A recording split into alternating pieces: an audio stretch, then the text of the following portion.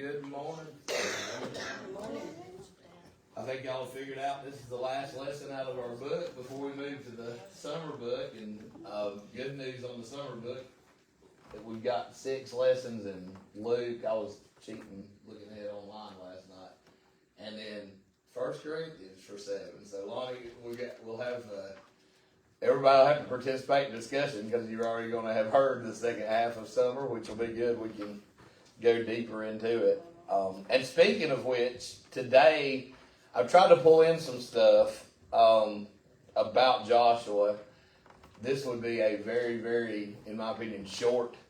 I mean, it's a poignant lesson, as all are that come out of the Bible, but it would not take long. Matter of fact, you could probably cover what we're going to cover in about 5 minutes if you didn't have time this morning to look at our lesson. But we were presented with a good story, and I presented y'all with some pictures of some rocks. And of course, that's kind of where we're heading.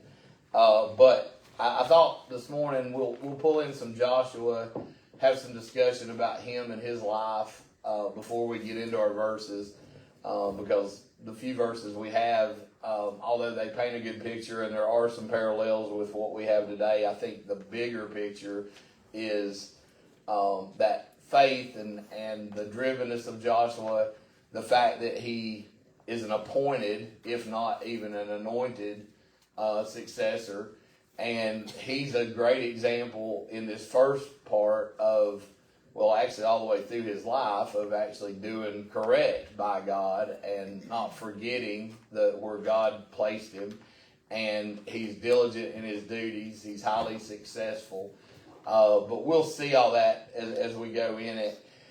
And if there's any other parts of Joshua you guys want to talk about seriously as we go through, that hits you when you study him, we'll be glad to. But we're going to start over. We'll start over in 1 if you've got your. I mean, not right this minute, but we'll start over in 1.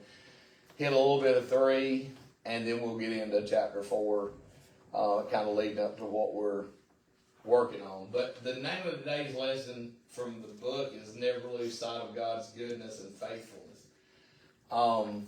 And I think again we're in the Old Testament. The Israelites have already proven that they most likely and very easily can lose sight of God's goodness and faithfulness. And we'll get into that with part of the story of Moses, but we know what happened when Moses left them for just a little while, and he came back down and found them going back to their old ways. And so, again, it's kind of like teaching an old dog new tricks. I think these folks are so rooted in tradition. We had some discussions about that at school this week, that it's really a shame that the Jewish folks of the time and through close to that tradition, it's going to keep a lot of them out. And they're going to get what they want. When Christ comes back, he is going to restore. He's going to make their promise true. But how many of those souls were lost in the meantime? And it's just a sad fact of life that this tradition these folks are unwilling to turn from has put them in that position.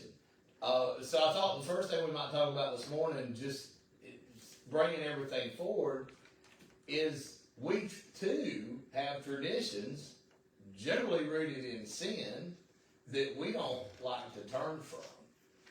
It's more fun sometimes from a human sinful nature to do what's not right. It's easier to do oftentimes what's not right.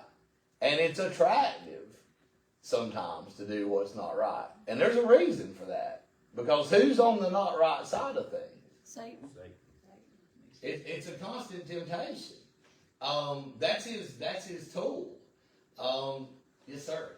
Well, unlike the Israelites, we've got the Holy Spirit to help us. Absolutely, They Mike. didn't have Yeah, they sure didn't. And again, you're trying to change. I mean, they haven't even brought the new law. But even at this point, God has given them an adder to the old law. And people don't like change. Worship what they want to do and do what they want to do and when they want to do. Well, with the Sanhedrin, they had over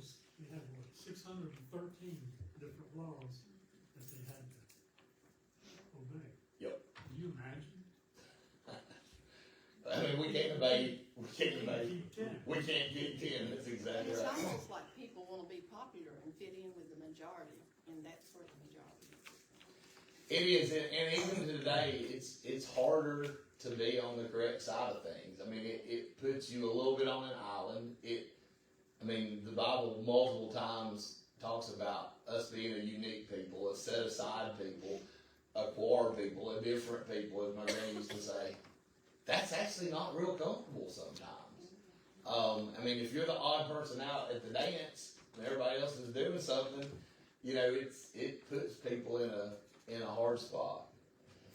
But so today I wrote this down for y'all. I usually don't like doing this, but I don't know, it just hit me as I was finishing up notes. So I basically said that today's a different lesson.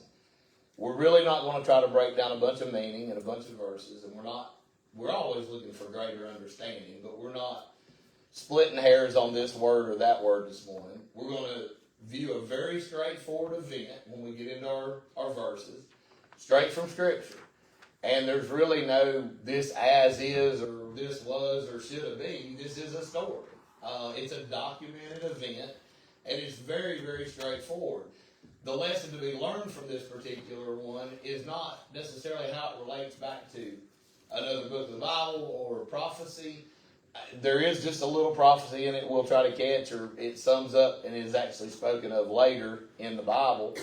But I just said, this event will be a lesson on how God's good, great, and faithful to those that serve Him to do His will.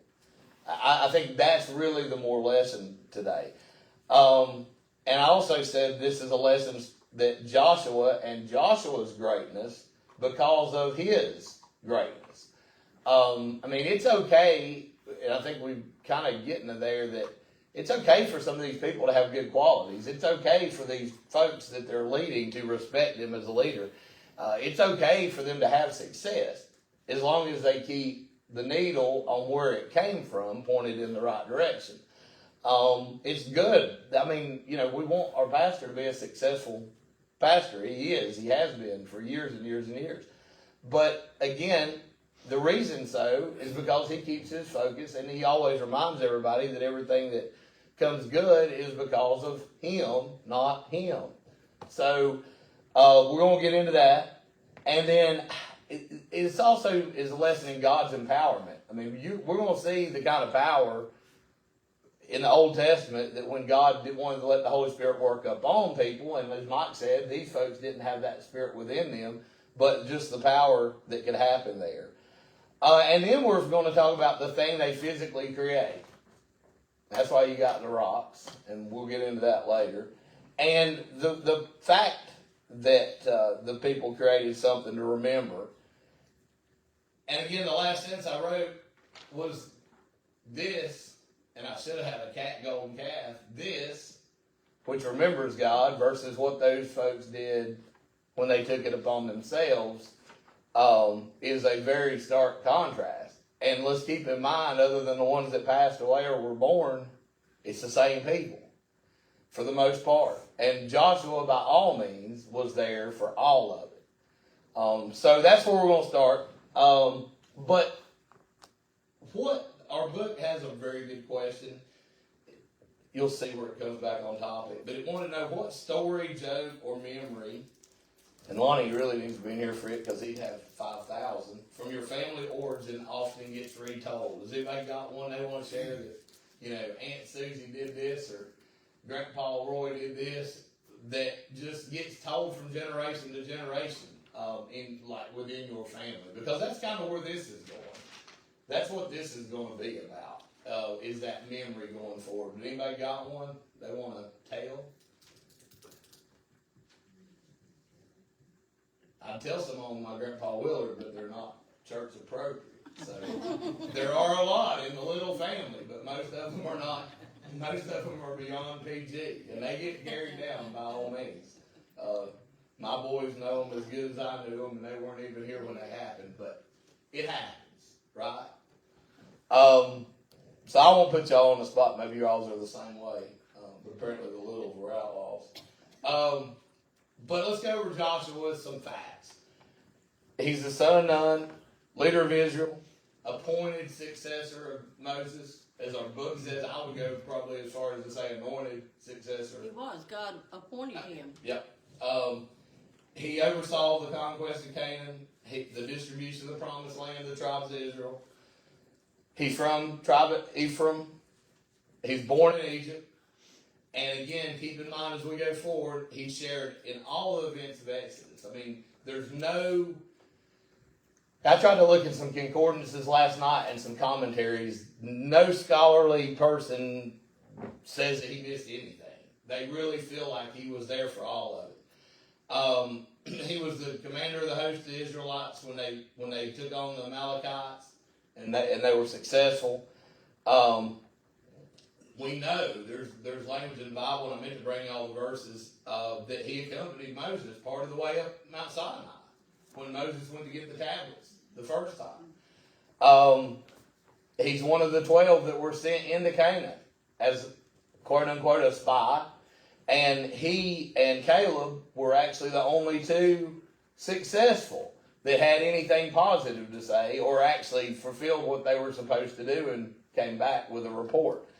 So we know, while Moses is still here, how integral that Joshua is being brought into the life prior to him ever taking over.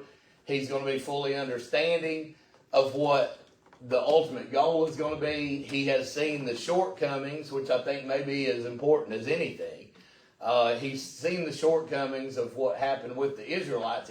It's not Moses' shortcoming. Moses was doing what Moses was supposed to do. People just didn't listen. Again, Mikey, with the 613, I think that's right, 613? According to the chosen list. Yeah. I think that's right. But, 613 laws, we can't follow 10, and I'll go as far as I know y'all heard me say before, when you see the carts rolling around in the Food Line Walmart parking lot, we can't even self-police to that level. So, that's where we're at. That Easton's Bible Dictionary, I think y'all would like this. The people were encamped, and this is talking a little bit about Joshua, and at Shittim, and you got to be real careful when you look at that word, how you pronounce it, when he assumed and commanded control. That's Joshua 1:1. When he first comes into being the leader. They crossed the Jordan. They're in camp at Jalil, where they have circumcised the people. He's kept the Passover. He has been visited by the captain of the Lord's host, and he has had encouraging words directly from God spoken to him. So that's where he's setting. That's the background. That's where number one is going to happen. And you're also going to find out that throughout his life, he had several things that were going to happen. Bunches of conquests. I mean, way more than you think. A couple of numbers I think are going to be surprising to some people today. One, I looked up as best I could how many times rocks or stones were used in the Bible. And it's literally hundreds, plural. They won't throw a number to it because when you're calling David the rock, when you're calling Peter the rock, and you're calling the stone here and the stone there, but if the image of a rock in some form or fashion, where it's the cornerstone and the foundation of the church, whether it's literally the stones that David had when he slept, they're in there. Rocks, stones, it's used a lot. Well, number one, as Lonnie would say, they're familiar with it, right? I mean, they're familiar with rocks. They're going to understand that. They're going to understand the duration of a rock. But usually in the Old Testament, it talks about the rock formations, and they use that as a form of, that's where they would go to pray. Yep. That was their temple. Correct.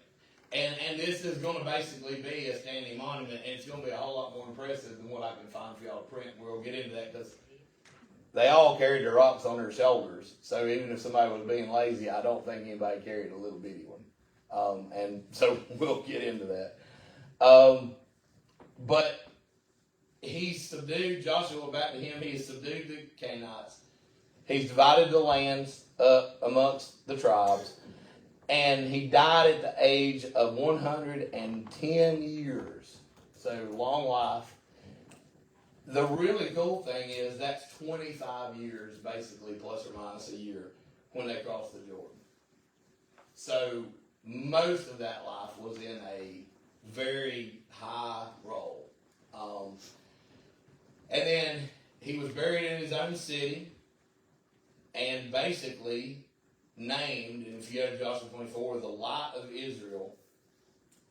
And then they say, for the time faded away. That's basically how Joshua ends. The other thing that is really neat is most of the scholars think that Joshua is penned by Joshua. Okay? Except for the last part. Anybody got an idea why the last part wouldn't be penned by him? I bet we've run into this before in the book. Tells his death. He died. Yeah. So somebody had to pick up somewhere in there and finish it. Because obviously it tells his death and what years they were. And I don't think he was prophesizing by any means. But it's cool that to me that this is penned from him. So you have the mix of the defined and fully, I guess, gathered, ordained word of God, but also penned by one of his greatest leaders. So that example, when you read Joshua, should be very strong to us. It should be very relatable. It's not somebody else telling the story of Joshua. It's, and I'm sure he had scribes and he had folks, but it's straightforward, it's to the point, and it covers all of the glory and all of the power that he was bestowed with. What tribe was Joshua from? Ephraim, I think. Somebody in his tribe may have finished. Yeah, he was Ephraim for sure. Yeah, they may have finished it. And as we talked before, the tribes are like 12 groups of kids, right? Nobody gonna get ahead. He's our guy. There's some pride in that. He came out of us. Real quick breakdown, and I promise we're gonna get into our scripture. But basically Joshua, if you want to look at the three parts that these scholars break it down into, 1 through 12 is the history of the conquest of the land. So if you want to break Joshua down, that's basically what's going to happen. And part 2, which is basically chapters 13 through 22, is the allotment of the land. That's how it got divided. That's how the inner workings, the politics, the minutia of navigating the different folks. And then 3, which they're going to attribute to chapters 23 and 24, is the farewell address of Joshua and the account of his death. Again, somewhere, if you read these guys, somewhere around 22, maybe he didn't pen all of 22, but at least 23 and 24, they feel like somebody else picked it up and finished the book. There is I'm just going to leave this one off, but I think it's actually important. This is going to get a little deep, but Joshua prefigures Christ. Okay? And this one's going to be a little bit, there's some out there-ness with it. But basically, what the one point I wanted us to get is Joshua's name literally means the Lord I saved. Okay? And he was renamed, and Lonnie, I didn't write it down, but he was renamed by Moses into Joshua from his birth name. So Joshua, his name has this true meaning. When I say he prefigures, you basically have this person that comes to conquer in a different manner than Christ, but conquer nonetheless. This guy comes to conquer the way the Jewish people wanted Christ to come conquer. But the ultimate goal of what he did was to give the people rest. And if you pull him up in any of the scribes' books, any of the commentaries, what they're going to do is they're going to say, the man came, a man of God, for God, that was by God, to give rest to the people. He gave rest to the people by getting the land, putting them where they're supposed to be, and following God's will to the nth degree. Christ gave the eternal rest. But there is a parallel there, that they both were on the same mission in a completely different way. And Christ was conquering death, hell, and the grave, and Joshua was literally conquering the enemies of God. But yet there's some similarities there, I guess, that we shouldn't brush to the side. The last thing I want to hit y'all with, and we'll get off of his stuff, is just the fact that Moses, through God and by God, appointed, i.e. God appointed Joshua. And Moses, by all means, I've got to interview Lonnie this week for class about mentoring people. If there was ever somebody that mentored somebody, Moses mentored Joshua, without a doubt. Last and not least, from our quarterly, in case I missed it, he was by Moses' side, we covered it. He watched the parting of the Red Sea, we covered it. Him and Caleb were the spies that came back, we covered it. Military leader, I think that's well implied. Climbed halfway up Mount Sinai, or at least a good portion of it.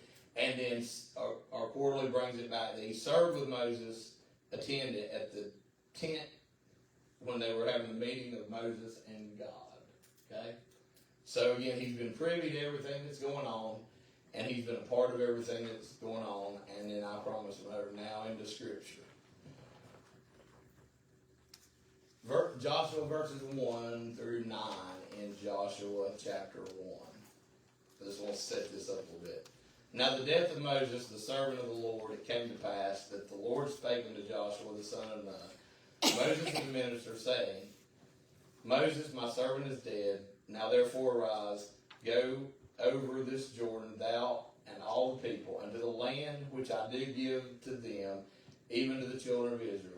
Every place that the sole of your foot shall tread upon, that I have given you, as I said unto Moses, from the wilderness and this Lebanon, even into the great river, the river Euphrates, and all of the Hittites, and unto the great sea, toward the going down of the sun, shall be your coast. So again, God speaking here. I'm going to jump over to 8. The book of the law shall not depart out of thy mouth, but thou shalt meditate therein day and night, and thou mayest observe to do according to all that is written therein. For then thou shalt make thy way prosperous, and then thou shalt have good success. That should have been in our lesson. Right? What did God just tell him? You're going to keep the law. And you're going to profess it. You're going to keep it in your heart and from your mouth, and you're going to lead these people in the law. And if you do so, and even here you may take it that you are going to do so, you're going to have success. So stark contrast to what happened to poor Moses when they wouldn't listen. And then I will, number 9, have I not commanded thee? Be strong and of a good courage. Be not afraid, neither be thou dismayed, for the Lord thy God is with thee wherever so thou goest. I mean, that's his conversation with God. That's where we're going to start. That's where Joshua's journey starts. That is as powerful a conversation as God could have. This is not a corrective conversation. This is an empowering conversation. Well, God gave Joshua the same promise that he gave Moses. Yes, ma'am, he sure did. He sure did. Joshua 3:7. I don't know why this one just jumped out to set up the thing. And the Lord said unto Joshua, this day will I begin to magnify thee in the sight of all Israel. Now get this one. I think it's actually referenced in our report, but they just don't give it to you. That they may know that as I was with Moses, so will I be with thee. He's telling him, I'm going to let these people see that I'm with you. Okay? This is not going to be guessed at. This is not going to be, we think so, or we think he's a good guy, or we think he has a heart for God. This is, I'm going to show the people. This is a promise. I'm going to show them. And thou shalt command the priests that bear the ark of the covenant, saying, when ye are to come to the brink of the water of the Jordan, ye shall stand still in Jordan. So this event that we're going to now finally get to in our verses is ordained by God. This event is to show the other Israelites the power. Well, when they had him to stand, the priest to stand in the Jordan, he dries it up just like he did the Red Sea so they could cross. And the one thing I think you should get out of that, and Carlotta hit it on the head, he dries it. They don't walk across this riverbed and get, not just the fact that the water holds back, they don't get sticky feet. They walk across dry land. And the waters literally stand still before the ark. Well, the ones that are going across never seen God part the Red Sea. You're right. You know how many goes across in this thing? This will blow your mind. 40,000. 40,000 in this crossing. That's a lot of people in that time to be together. So this power is not being revealed to Mike and Daniel and 12 other people. This is massive.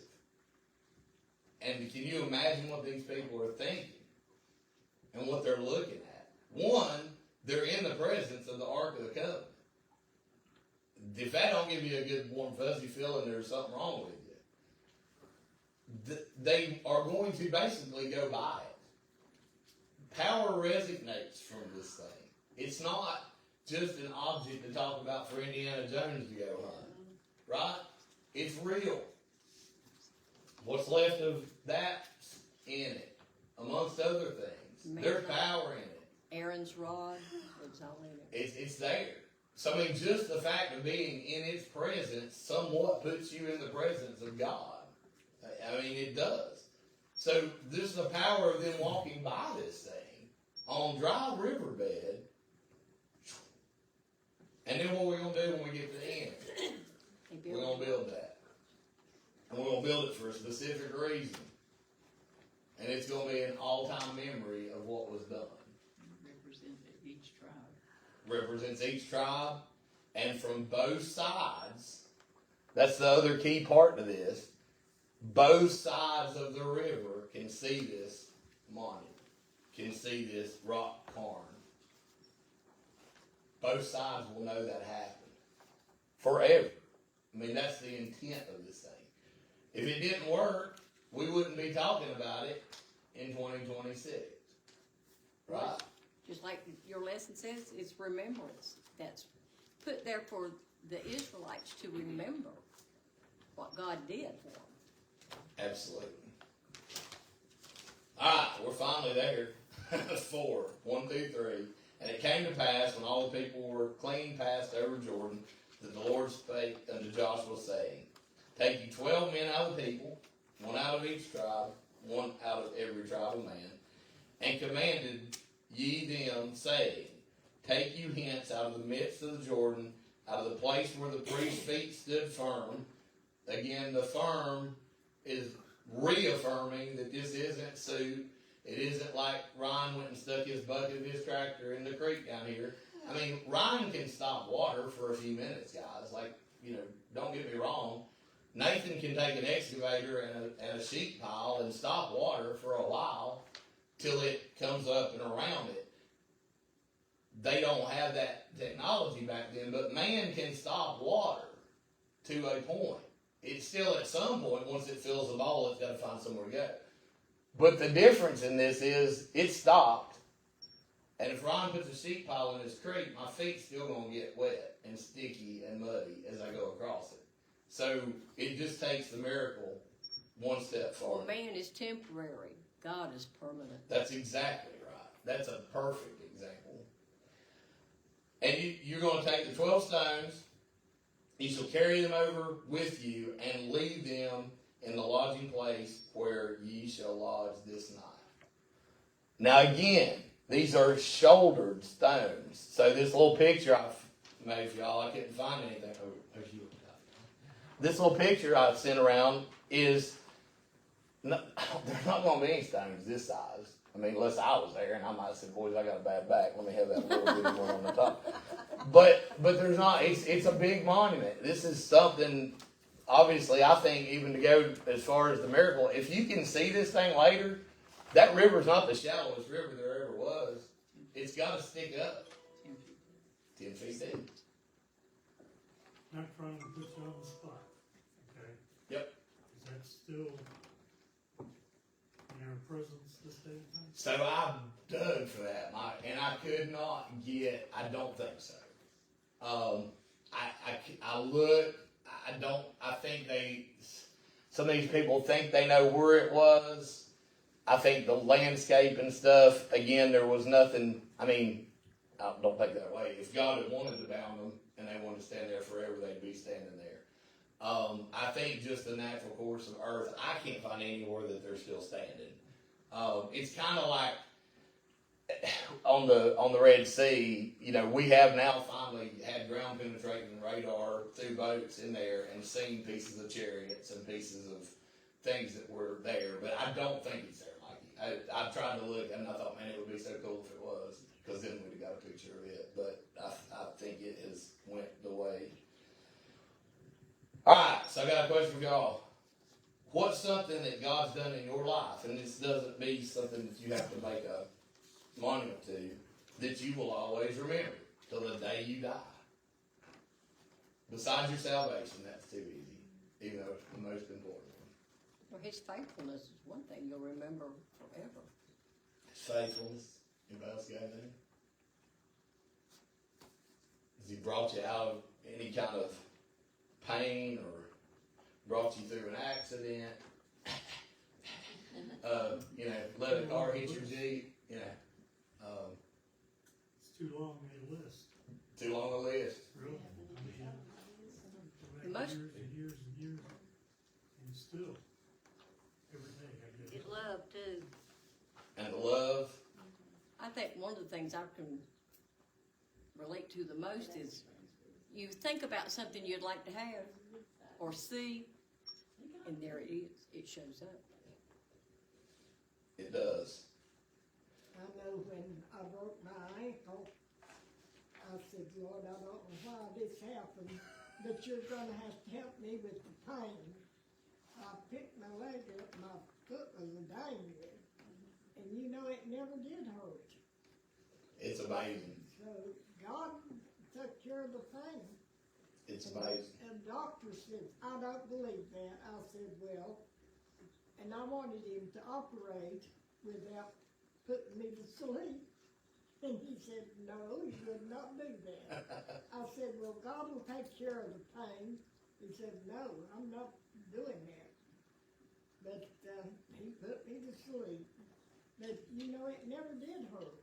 Never did have any pain with my ankle. And every bone in it was shattered. It's amazing. And then where we're going to go with this in a minute is the fact that she can stand right here tonight or today and tell us about that. So the thing that he did for her, she can share with somebody else, and that's what we're going to end with. I suffered for 40 years with terrible allergies. I mean, I get allergy attack and I have to leave work. Sometimes miss the next day. You take medicine after medicine. And all the drainage. We go through one of these big boxes of Kleenex in a day's time. My nose would be so sore you could just take the Kleenex and just touch it. It would hurt. That bad, and took shots for it, and also oral medicine for it. And it lasted 40 years, and then all of a sudden it's like you flipped the switch and it was gone. What a life-changing thing that was. And what a blessing. And I still thank the Lord today. And It's going from misery to feel like I was reborn physically. Just a tremendous change. and your wife knows, and your daughter, and it will be, again, back to that first story. My thing will be carried down. Somebody sometime after you're gone 50 years is going to say, man, Pop should have been in the Bible because on the 40-year deal, he got this ailment removed. I mean, the other day when Lonnie knows they were talking about in the hospital and these miracles, it gets told again. It's this, but through word. It's powerful. All right. 5. Joshua said to them, pass over before the ark. So they're literally going to go in front. Lord of God, in the midst of Jordan, and take ye up every man of you a stone, here we are on the shoulder, according to the number of the tribes of the church of Israel. That this may be a sign among you, that when your children ask their fathers in time to come, saying, what mean ye by these stones? Again, they're going to pass it down, but this is one time they're going to pass it verbally and by a monument. Then ye shall answer them that the waters of the Jordan were cut off before the ark of the covenant of the Lord. When it passed over Jordan, the waters of Jordan were cut off, and these stones shall be found for a memorial unto the children of Israel forever. 4:13, if you want to get into the 40,000, I won't stay there long, but that, I made y'all a sentence. Basically, that day, God magnified Joshua in the sight of all of Israel. And it literally says in the Bible that they feared him as they did Moses for all the days of their life. Now, there's a whole other lesson that we could have done that I left out, that God should be feared in a respectful way for all the days of your life. But that's a whole other one. We don't have time to run that way. Back there quarterly, just to finish up the verses 21 through 24. And he spake unto the children of Israel, saying, when your children shall ask their fathers time to come, saying, what mean these stones? Then ye shall let your children know, saying, Israel came over this Jordan on dry land. Again, back to that. There's no doubt. The Bible says it. I'm not speculating about the muddy feet. For the Lord your God dried up the waters of the Jordan from before you, until ye were passed over, as the Lord your God did the Red Sea. Again, they know this. He dried up from before us until we were gone over. That all the people of earth might know the hand of the Lord, that it is mighty, that ye might fear the Lord your God forever. Again, even here, there should be a reverence, fear, is the way I'm going to put it, for God. I mean, children should fear their parents. I'm sorry. Like, Ty and Wyatt should have some level of fear. Now, the bigger Wyatt gets, I'm kind of fearful he may whip me. But they should have some fear. Fear leads to respect. It's not a negative. But there was one question I was going to ask you guys, and I put down here in my notes. Instead of asking you guys the question, there was a question in y'all's quarterly that says, why is it important to pass on stories of God's faithfulness to future generations? I'm going to turn that question into a challenge. So I'm going to challenge you to share those stories. And this is why. Your stories will help others in their time of need. Now here goes Kris towards discipleship and evangelism, but it's right here. They're going to help other people. Mike can share his story with somebody about the Lord taking this away from him. We can share stories of where God took care of the pain. These stories may help an immediate need. These stories may foster a seed of a deeper rooted need. It doesn't always have to be on the surface, but yet sometimes it can be on the surface. I mean, if she goes up and says, hey, I know you're hurting, but God can take care of the pain, she can prove it. She knew it. She lived it. It's not hearsay. It's not, well, if you pray hard enough, she knows it. We know it. We all have these stories where he brought us through. I could just as easily not been here. So that's something.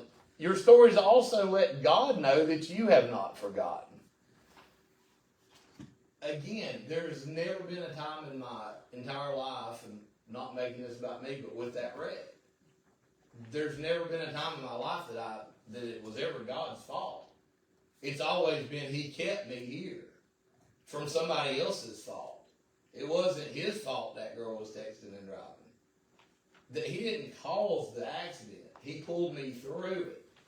And I think some people that get themselves in the bad state of depression, the bad state of mental health, is because innately they blame God.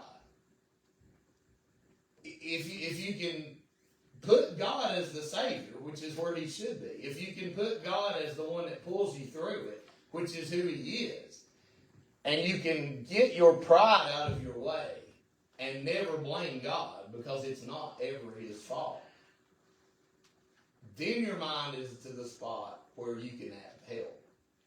Now, the problem people run into, and we all need to remember this, is like if Josh, if he felt like when he broke his wrist that it was God's fault, what happens if you blame the person that's going to help you? If you're blaming that person here, then even if you think or want them to help you, you want it on your time. Now you're a Jew. You want it your way on your time, not His. He's still going to love you. And He's going to love you regardless. One of the biggest mistakes anybody makes is when something happens and the first thought or words come out of our mouth is, why is this happening to me? We're questioning God. Yeah. And honestly, some people will be like, why God? That's like the two words they say. Now, you can take that down the path of just trying to gain understanding, but we're not that polished, guys. I'm going to go as far as say 90-some% of the people, when they say, why God, it's more of a blame game than it is trying to look for peace and understanding. Especially when the event is fresh, right? Lose a loved one, sick, in the hospital, ailing. Why God? It's that first why God to me is maybe some blame. Well, that's where we lose faith at that time too. We do. We drop in what we think. Kris, this morning, close to 3:30, I was awake, and the song on the radio that I have beside me all the time was "Farther Along." We don't understand. We just have to understand. Farther along, we'll understand. Absolutely. It will be revealed in the end. We will know at some point, but we can't let what we don't know drive us crazy while we're here. Well, that was the first thing I said. Why, Lord? and it's not, don't mean. He showed me why. Well, you can ask Him, show me why this is happening. And it's not derogatory by any means. Let me jump back and catch that. Depends on your heart. It's not, depending on what's, April, that's perfect. Depending on what your heart, where it is, it's not derogatory necessarily to ask. But where I was going with, I think that initial ask is when it's a knee-jerk response, technically we've usually not thought things through, right? Yeah. We should be proud to share what God's done for us. Okay, that was my next note. And then we should be proud to share what? Our story. What's our story? Our salvation. We should be proud to share our recovery story. We should thank God for those stories. And we should thank Him. That's our this, guys. That's our this from the minute He saves your soul. Whether it was an altar call, or your brother and sister, or in a hospital, or on the side of your bed. However that story happened, it's more than just the 2 minutes. It's more than just the prayer. It's the conviction of the heart. It's how long did that go on? It's why did He do it? It's how did we finally get away from our pride and our selfishness to accept it? That's where our story is. That's the part that's impactful. Unless you had your salvation on the top of Mount Everest, you're probably not really going to wow another saved person about where their story occurred, because the result is what the story is important, not the how or the where. And then we should be proud to evangelize in God's name. And we're going to talk about that some more going forward, that it doesn't have to come out of Lonnie's mouth to be considered evangelizing. So I do have the final question, and it is from the book. How do we help, and this one's hard. I don't know that I actually have an answer. I'm waiting on y'all. How do we help those who come after us? Now again, that come after us. So I'm going to split hairs with you. I'm going to say people you don't get to talk to. Okay? That's a good example. How do we help them remember faithfulness and power, living a good life? The stories we leave behind. The stories we leave behind. Keep a journal. Journal. That's a powerful. I mean, none of us are going to ever write. Well, Lonnie might. In all seriousness, Lonnie can get a published book, but most of us aren't going to get published and read. But the journal. The journal, that will not only be something they can read that happened, but they'll be able to see your handwriting, so they know it's from you. Back to what we just said. This one's important to me personally because it's Joshua. It's not somebody talking about him. Anybody got any other ways we leave? I mean, if somebody wants, Lonnie's info in these grave sites, I'm sure that when they go find certain people's tombstones and they go find where they're at, that they didn't know where they were at, that there are stories passed about that person, about their family, about them being a leader, or they were a pastor, or they were a teacher, or they were a strong influence in the world. Those stories will carry forward long after we're gone. And then, Or a bad influence. or I was saying, you literally went where I was going, not to get on toes, but the same token, what's what we do?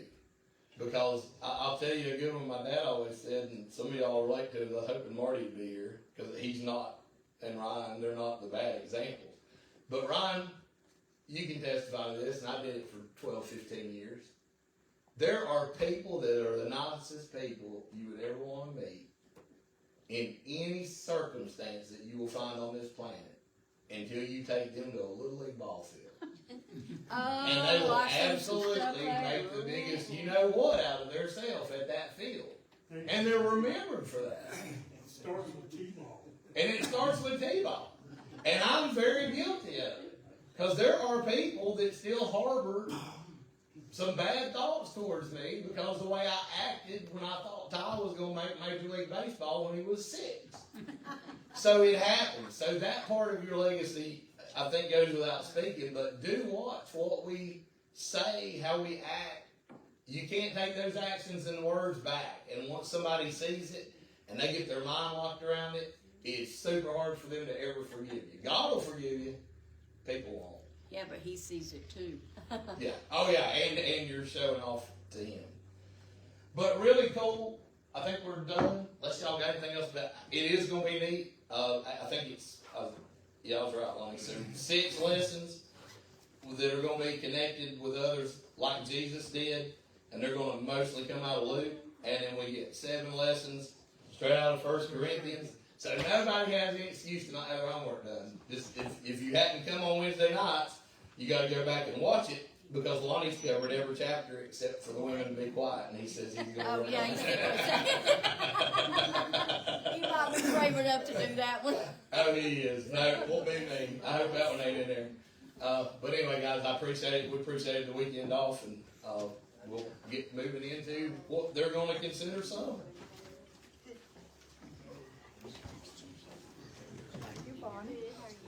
Do you want the old book?